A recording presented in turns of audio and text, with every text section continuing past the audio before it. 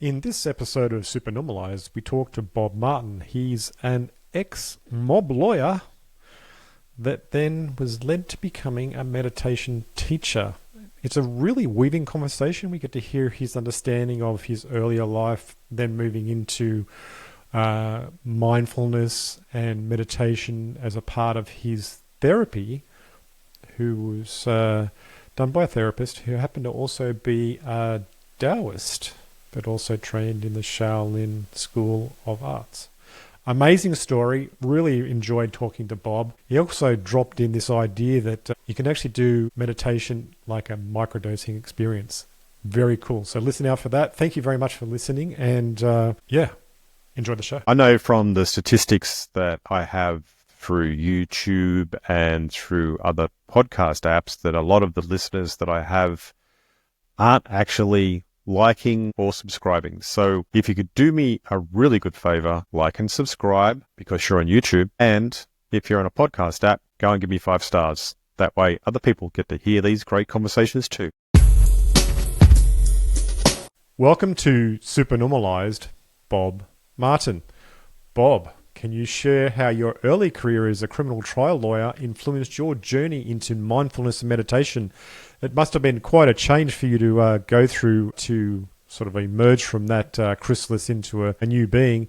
What did you go through? And tell us a bit about yourself. And welcome to the show. Thanks for having me. I'm happy to be here, and I appreciate the invitation. Yeah, so I'm not real sure that my career as a trial lawyer or as a mob lawyer or as all those crazy experiences during the 70s in Miami, Florida, really influenced me into becoming a meditation teacher. But what I would say is that all of those experiences, and the whole process of learning to analyze things from an objective point and working with people who are on the edge of existence. I mean, when you come to a criminal lawyer, either side, whether it's the prosecution or whether it's the defense, your life either as a victim is on the edge or as an offender is on the edge. And so dealing with people that are on the edge of their existence has been a good repertoire of experience, I suppose, that helps me work with people learning meditation, because I think we all have the same stuff. It's just a question of degree.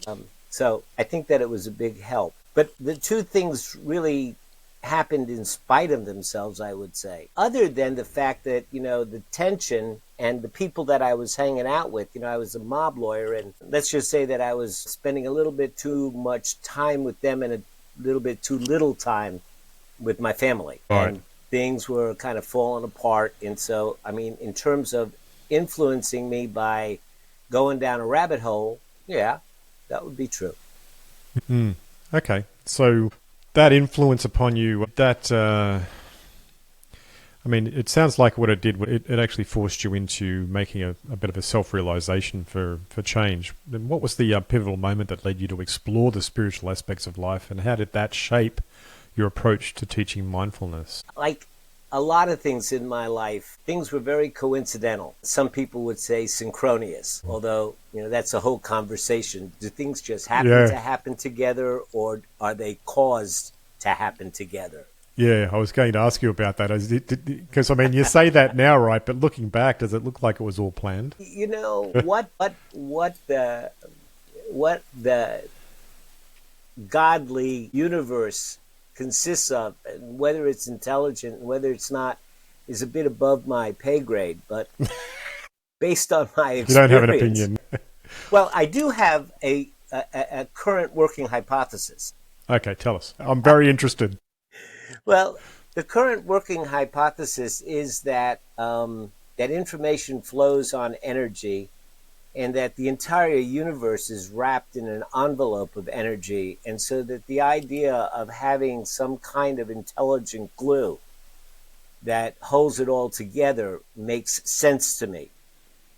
And then based on all of the things that happened, I got to be a lawyer because somebody said I should, and went out and got a job and earned the money for me to take the law school aptitude test. The same person stuck with me and died 3 days after I was admitted to law. I was at the bottom of my existence seeing my therapist. I didn't know where to go, and he started throwing coins and gave me an answer which pissed me off royally, but caused me to ask him what he was doing. And I found out that he was one of the primary students of a 72nd generation Taoist master from the Shaolin Temple. What? Who I studied under for 6 years, watching me. That's cool. That's cool. Yeah, yeah. Then when everything was coming together from my teachings from watching me, and my heart was changing, I ran into trouble with my mob clients, and I had to move out of Miami, and I wound up in rural North Carolina, where I was given an entire blank canvas to rewrite my life. I mean, these are just coincidences that, you know... I think you're saying coincidences. That's just a wrong word, I think. It sounds so planned. It sounds they were plotting. They were plotting your life, or who they are. But the energy, yeah, right. The love force... Well, you know, it's funny because my spiritual background is growing up in an amusement park carnival family from a Hungarian... My dad was Hungarian royalty, whose ancestors were all wiped out by the Bolsheviks. Whoa. My mom was Roma Gypsy, whose ancestors were all wiped out by the Nazis and everybody else. So they didn't really think that there was a very merciful God around. And so we didn't have a religious conversation in my family. But then I'm introduced to watching Ni. Think about it, 72nd generation. That's 1,400 years of passing wisdom down from father to son. Yeah, that's crazy. I can't even, you know. Yeah. And then getting to, so, I'm sorry, where was I going? Talking about your lineage and how it's all influenced you. So the spiritual journey. So then it was Taoism, and then it was Buddhism, and then it was kind of philosophy. And then I married my second wife, and she's a Southern Baptist Bible literalist. You know, who really believes that the world is 4,000 years old, and that Noah's Ark and Garden of Eden and all of those, you know, historical biblical stories are literally gospel. And so it's been an interesting spiritual journey, and it's exposed me to a whole lot of thinking. And of course, you know, that was my relationship with my wife, and who is a true saint, and we really connected on values, but not on cosmology, I promise. But that's what caused me to write my second book, which was a kind of a Rosetta Stone between Eastern thinking and Western spiritual thinking. What's the aim of that book? The name is I Am the Way. Yeah. Because, you know, the Tao, the word Tao, means the way. The way, yeah. And Jesus said, I am the way, which maybe he was saying, I am the Tao. It could have been. Yeah, so it's called I Am the Way, Finding the Truth in the Light through a biblical reimagining of the Tao. And so that book is about, you'd say, then finding your place to be in accord with the universe and path? I think that Taoism, that is the general thrust of Taoism, to find your place in the universe, and also to help you learn how to align properly with that place. It's like if you're, you know, a lot of times people think going with the flow means taking your hands off the wheel, you know, merrily, merrily, merrily, life is but a dream. But it's not, because if you're floating down the river and it's calm, that's great. But what happens when you get to the whitewater? When you get to the whitewater, you need to attend to your canoe. Absolutely. And if you're approaching a waterfall, you have to take some action. And if it's a hurricane or if it's a gentle rain, you act differently and align yourself differently with it. And I think what Taoism teaches is that there are all of these different times in your life, times when you're being listened to, times when you're not, times when you can make great progress, times when you can't. And how do you respond wisely to each of those energies? So rolling back to your Mm-hmm. experience with your therapist throwing the coins for you, and did you yourself end up realizing that reading, even that first reading, was right on point? Oh, yeah, it was. He ran it and he drew out the hexagram and analyzed it, and he opened up the I Ching to the chapter, and the name of the chapter was Retreat. Look, whenever I throw the I Ching, I'm like, God, it's just so bizarre and like perfect, right? You look at it, you read it. Sometimes it's like talking to Yoda. Another time it's like Yeah. the wisest old sage just giving you a slap across the head. It's like, come on, this is what's happening. Please be aware of this, you know? So yeah, I totally relate to it. Totally relate to that. And Totally. yeah. Yeah. So how do you integrate your experiences from the teachings of Taoism, Buddhism, and Christianity in your meditation practices? I mean, what sort of meditation practice do you actually do? That's a great question. Thank you for that question. So there's Yeah. all kinds of meditation. You know, there's transcendental meditation, and you know, many different. The school, I suppose, that I teach from is insight meditation.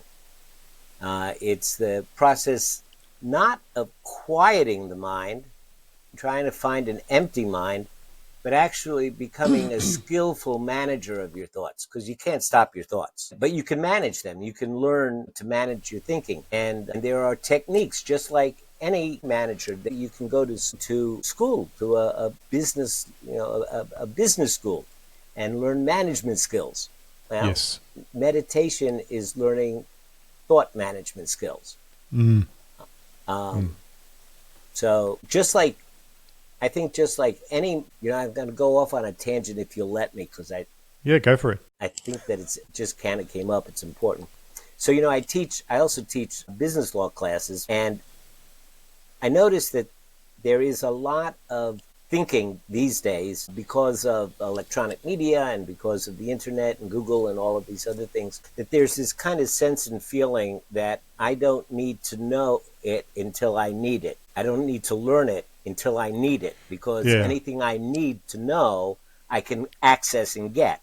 Yeah, outsourcing your own knowledge. Like Outsourcing your own knowledge. Yeah, even your own personal intelligence, right? Just putting it over there because you don't really need.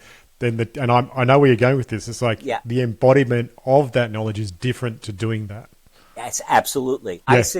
Isaac Asimov, who was a very prolific writer and came up with, you know, hundreds of science fiction stories and books and textbooks. Love his books. Somebody once asked him, "How do you come up with all those crazy ideas?"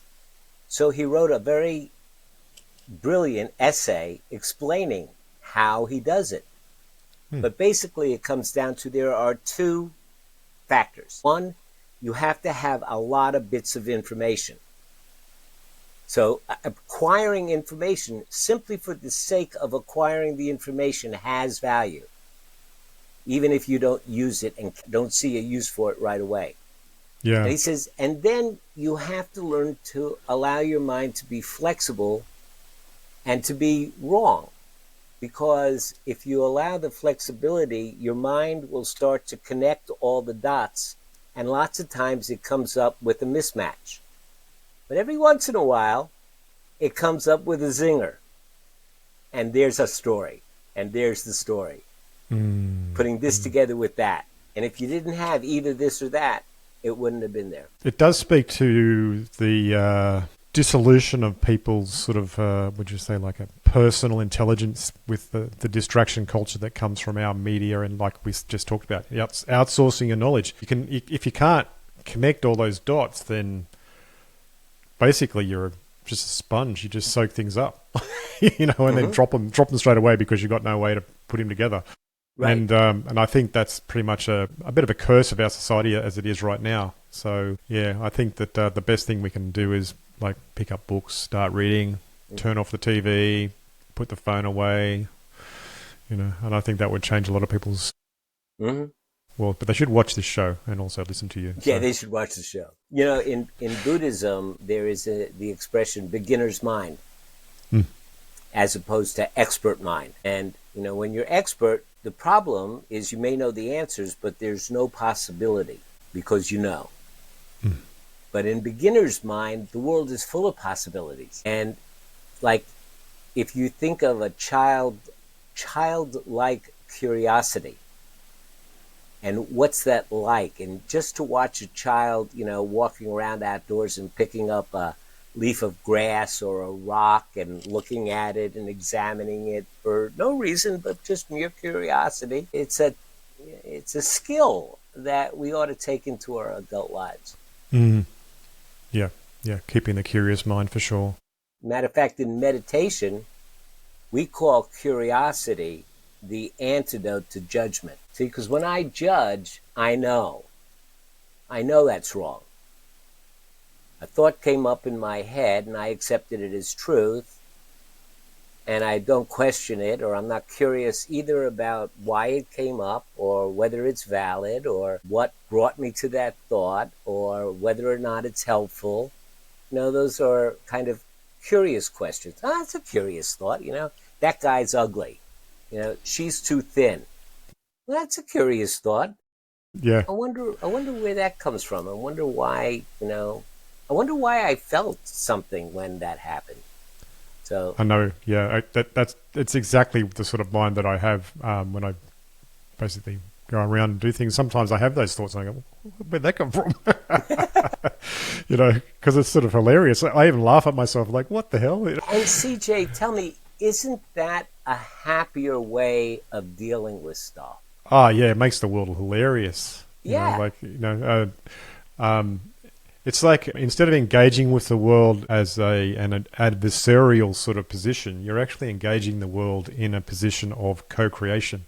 And that's extremely important, because if you're always co-creating, you're always also realizing you're also co-creating all the rough stuff too. So if you can figure that out and then step back and then just laugh at it, you're like, well, what can I do now?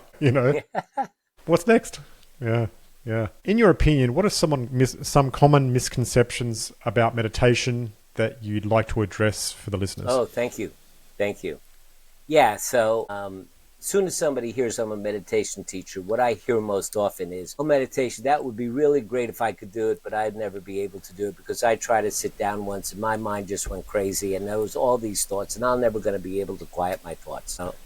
Or, that's what people say. Then there's all of the images of monks sitting in the lotus position, for overnights, for days, going to a monastery, and that takes years, and that, you have to be very quiet. And, I meditate for 15 to 20 seconds, maybe 30 times a day. Just the other day, I was in the supermarket.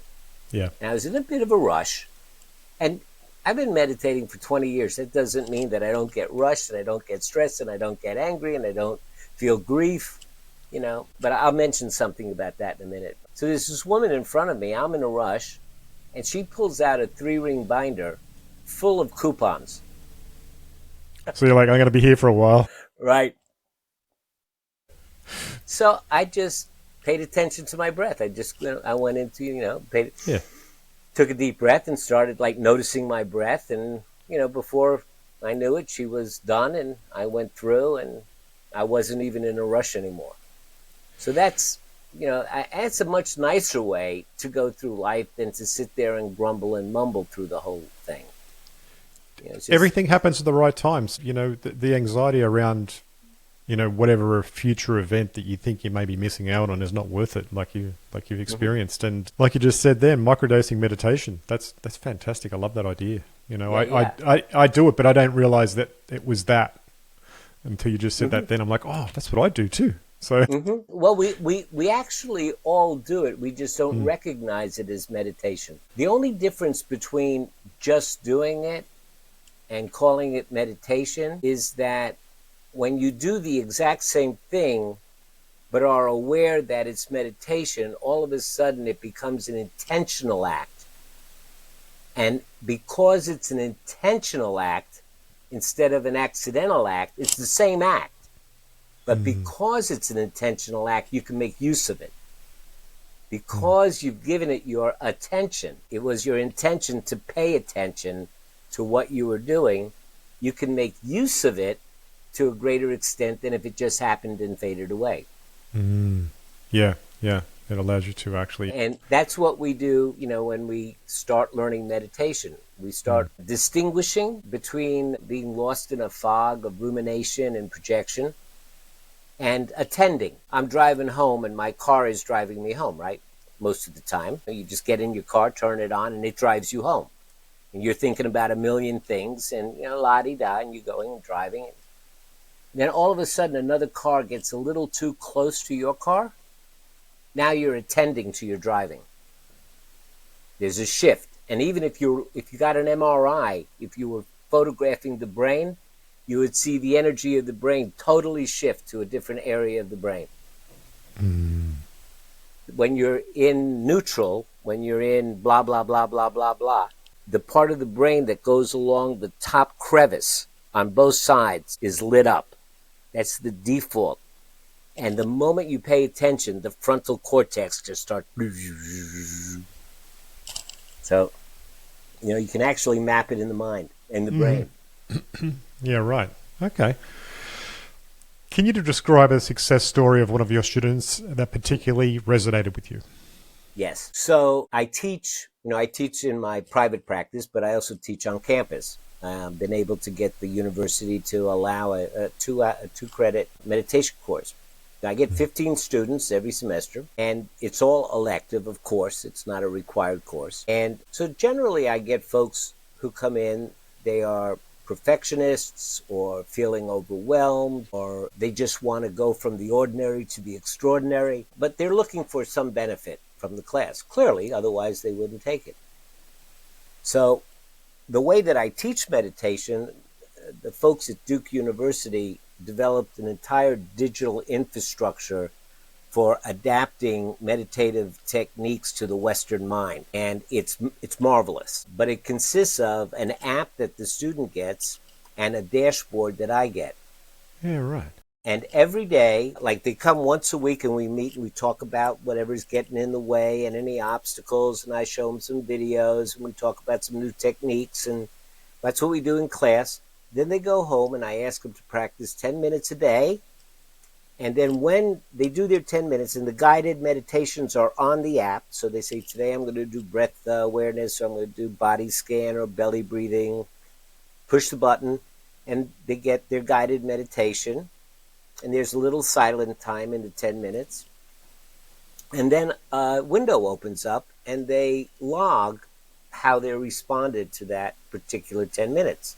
How they feel. Sometimes I'll get a log like, it was a terrible meditation. There was a dog barking and I got distracted and I forgot to meditate and it was just terrible. And I'll get that log. I get up at 4 o'clock in the morning so that I can get their logs returned to them before they do their next practice. And I type it on my dashboard and it goes back to their app. And then before they practice, they get my coaching. So every single day, there's interplay between us, and that's unique cool. in the teaching. Unique in the teaching. Yeah, I like that. And it is. It makes the efficacy of the few weeks that we spend together worth months of normal. Is that a part of like the curriculum, or how did that app get developed, or did you develop that or something? No, it was developed at Duke University. Yeah, right. The university developed that. Yeah, that's cool. The counseling department, the psychology department, the medical department, the research department, they all collaborated because Duke students are traditionally stressed out. Yeah, and they wanted to do something to give them a tool to de-stress. So they developed it there, and now it's spreading all over the country into universities all over the country. That's a great idea. It's like keeping people accountable, but also helping them walk the path. Yeah. That's awesome. It's like, it's like a yoga teacher. You can watch YouTubes, look at an app, but they can't tell you to move your elbow 2 inches to the right. That's right. And when I get those logs every day, it's like I'll say things like, wow, you use that word focus all the time. And I just want to remind you, it's not about maintaining focus, which is an important part. It's not about maintaining focus because your mind wanders. And at some point, because you told yourself that you wanted to pay attention to your breath, your mind will go, psst, psst, hey, psst, you're not paying attention to your breath. And you'll feel like, you'll feel a little startled, like, oh, and then you think, oh, I screwed up. And then there'll be this whole flood of judgments. Yeah. And then eventually all the judgments, you say everything you possibly can say to yourself. The committee in your head gives you all of the judgments it can. And finally, they've said everything they can, and they go, okay, now, this is where the healing happens, is right here. If the student then can say, okay, let me go back to my breath and pay attention to my breath and begin again. I can begin again. And then my mind wanders off, goes crazy. I'm thinking about what if I left the stove on, what I'm going to have for dinner, what I should have said to that guy yesterday. I'm not paying attention to my breath. Return, begin again. Notice, return, begin again. Notice, return, begin again. Now, anybody can do this. Now, once they know that that's what it is and it's not wrong for your mind to wander. It's in the returning and the beginning again. Every time you do that, you're developing a tolerance for discomfort and you're saying, I can do this, I can begin again. You're teaching yourself that you can start over. And that's a lesson that helps you build a tolerance for discomfort. It helps you get back up on the horse when you get thrown off, get back in the saddle. It starts to change your perception of yourself. And it also starts to teach you that you're not your thoughts. Because when you wake up and intentionally come back and return your attention to your breath, you're learning that you have the capability of doing that. That you have some manageability in your thinking. So it's teaching you, it's starting to teach you how to manage your thinking. Then, of course, we go on to a little more complicated things like labeling thoughts. It's a gambling thought, it's a remorseful thought, it's a this thought. And it kind of organizes all your thinking, puts everything into little file cabinets in your brain. And it starts to make you feel like you have some space. It sounds like building that meditation muscle so that you have more resilience in life and resilience in response to life. And from my own experience, meditation just makes everything smoother. You know, it's clearly I'm passionate about this, so I hope I'm no, it's great. Much. But a lot of people think that meditation is about cutting out from life or pulling back from life and not feeling all that strong emotions and stuff like that. And that it's all about peace and tinkling crystals and tree hugging and blah, blah. It doesn't mean that you're not going to feel all of the emotions that life gives you. It just, well, the metaphor I like to use is life is kind of like floating on a log down a river. Whatever the river does and whatever the log does, you're on it and you're experiencing it. So if it's a calm river, that's great. If it's white water, that's different. If it's a waterfall, that's different. And you're going through all of the experiences of life. But what meditation teaches you to do is, you know how sometimes when you're speaking and there's another voice in your head that's commenting on your speaking? You might be saying, this isn't going very well. Yeah. Or you might be saying, oh, that was good. Or you're telling a joke that they're really going to laugh at this line. Or you're thinking, oh, I forgot to put what was that I was supposed to put in here? I think I'm going to forget the punchline. Oh, no, what am I going to do now? Meanwhile, you're still talking and telling the joke, right? They've got to watch out for that narrator. Right? So that other part of you that's commenting on your thinking, the scientists call that metacognition, or thinking about your thinking. If you think about what you feel in that other voice, it's not overwhelmed. It's not stressed. It's just commenting. It seems like it's a very calm commenting because all the stress is in the other part of you that's actually talking. But this other part that's commenting is kind of stable. So what we teach you in meditation is to be able to identify that other part of you and allow yourself to spend more time there, even as you're doing what you're doing. You're observing what you're doing. It's kind of like splitting yourself in two, kind of, but not really. Yeah. But we've all experienced it before. So it's like going up on the bank of the river and watching yourself on the log float down the river. From that place, from the place of being on the bank of the river, there is stability, and there's comfort, and there's okayness. Yeah. So when you reconnect with that part of you, that's where you find the stability. Yeah. I found personally for myself with working with meditation that after a long time of doing it, most of my inner narration has gone. It's Most of your what? My inner narration, the inner narrative, it doesn't exist. I don't even have it. I'm just here, which is really odd, but that's just the way it is. Yes, sir. Yes, sir. Yeah. There is, over time, and I really don't talk about that too much for people that are thinking about meditation, but it is true that over time, your focus does increase, your ability to pay attention does increase, your calmness overall does increase, and then there is a merging. There seems to be a merging of those two things where you almost become much more unified. There's much more singularity. Yeah, for sure.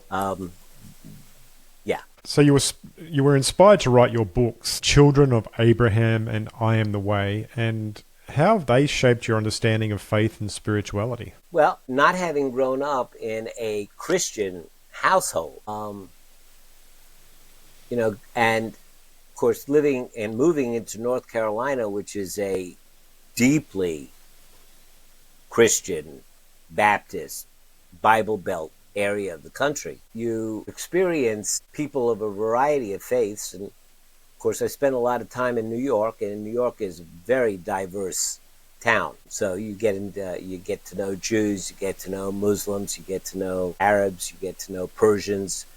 And so 9/11 came around, and there was all these wars between the Sunni and the Shia, between us and the Arabs, and all these people going around quasi-religious reasons for killing each other. And you kind of look at it and you think about things like the Crusades and all of the craziness that has gone on in order to get you to believe the way I believe, that I would have to imagine that from that perspective of that kind of religiosity, that there be a God who might be looking down if he spoke English and if he thought like we thought, and he would say, this wasn't really my intention for you guys. And what could he do? What would he do? So I figured, how could you bring God down in a way that made sense in this technological world? So I thought, those little tickers on the bottom of your television? Yeah. All of a sudden, mysterious messages from God start appearing. And everybody thinks it's a hoax. But the question of the book is, what kinds of faults are redeemable, and what kind of listening would the world have for such a radical concept that there actually might be a divine intelligence for real? And so I take my characters, through this entire transformative time as the world is beginning to change. What about my mafioso client? What about the arrogant lawyer? What about the abused housewife? What about the Arab storekeeper? What about the Palestinian kid serving the rich Jewish family? These are all my characters, and they all intertwine as these things are happening in the environment around them. Nice. It was a thought experiment. It started as a thought experiment, and it just developed into a novel. Oh, that's cool. So interesting you talk about that, because I think we actually are living in those times anyway. where we're getting, everyone's getting messages from spirit. We're moving into the paradigm of magic, and as a part of that, I think that people are starting to wake up in new and novel ways. And I think that by the description of your book, that's a good way to actually help some people find their way to spirit as well. So that's cool. It certainly poses questions. about what really is our relationship to the divine and how sincere are we. Yeah, yeah, yeah, yeah. Well, it does seem like that the divine is inviting us to, connect and participate. What's next for you in terms of future projects or aspirations in both mindfulness teaching and writing? Well, I've got 2 books that I want to write. There was a really interesting case here in Alamance County, North Carolina, where a 65-year-old white racist man employed a 24-year-old ex-con black man to be his servant. And then the 65-year-old man decided he was gay, and they formed a relationship and fell in love with each other. And he wanted to leave everything to this young man. And the legal powers in the county wanted to prevent him and find him to be incompetent, and tried to find him to be incompetent, but he beat that. And they would not, no lawyer would write the will for him, and so they had to handwrite a will. It's just a crazy, crazy story. That's awful. I mean, seriously, it's like they should be able to do what they like, right? I mean, where does common law sit with that? I mean, he should be able to write a common law will. Well, yeah, the laws are a little rough around that. You can write a contract with somebody, like, if you take care of me for the rest of my life, I'll leave everything to you. And the contract would have and that's exactly what they did. Yeah. And then when they died, the people who had previously been the guy's beneficiaries sued to wipe out the contract. And so there was this big court case, and eventually they settled it out, splitting some of the monies up. But, the sad part about it is that the old man, when he died, I went and got the funeral records. And at his funeral, there's only one person who signed the book, and that was the young man. There was one person that signed the book, and it was the young man. And he said, P-O-P-I, Poppy, you made a man out of me, and you taught me how to be a man, and I'll never forget you. That's sad and sweet at the same time. Sad and sweet at the same time. So that's a great story. That's what you call narrative nonfiction, because it's a true story. Yeah, wild. So that's you're actually starting to write that now, or you are writing it? I'm doing the investigation. I'm talking to the people. Okay, getting all the facts together. That. And then my father's story is just a crazy story. Escaped from Hungary as the Bolsheviks invaded back in the beginning of the 20th century. Got waylaid to Uruguay, and then finally New York. Met my mom. Found popcorn and caramel corn as a way to make the American dream come true. Built up a huge popcorn empire, and then right during World War II, the mob came in and took it all from him. And he was left with nothing but a trailer in a carnival. And he worked that for a while, and then finally came back to New York. And then by happenstance, somebody died, and he had the opportunity to take over 12 concession stands in an amusement park. And it's just like the archetypical hero's journey, but it stretches from 1898 to 1997. Wow. So it's like historical fiction. So it would be fun. Sounds like it'll be fun for sure. Yeah. I gotta tell you, I asked my dad one time, Dad, he was 95 at the time, so it was 1997. And I said, you were born without indoor plumbing, and you lived to see a man walk on the moon. What was that like? He says, well, it all happened kind of slowly. That's all I got. That's excellent. Well, Bob, we've come to the end of the podcast, and I was going to ask you, how can people find you and your works? Where should they go? Where would you like to direct them? Just simply to my website. There's a couple of free ebooks that I wrote that you could get on my website and download. It's Meditation for Me, 24 Tips to Relax. They're all free. Excellent. It's at awiseandhappylife.com. Okay, I'll put that in the show notes, and I want to say thank you very much for coming on the show and sharing your knowledge and wisdom and stories. It's been appreciated. Thank you so much, Bob. Thank you, CeeJay. All right, I'll just say goodbye to the listeners. That was a great conversation with Bob. I like the way he has this sort of genuine presence around his understanding of meditation and the processes that go on in the mind. I mean, I find from talking to people a lot about meditation over time now that everyone gets afraid of the idea of doing it because, oh, my mind talks too much, blah, blah, blah, blah, blah. But you can actually use that as a path to liberation. What I mean by liberation is that freedom of space and hitting that 0 point of experience. So if that's something that appeals to you, please, if you wanted to take up your information, your understanding and your growth with Bob, go to his website in the show notes down below. If you've enjoyed today's episode, like and subscribe. It's free. And if you're on a podcast app, give me 5 stars. Share it to a friend that you know that would enjoy this conversation. And thank you so much for listening. And it's bye for now.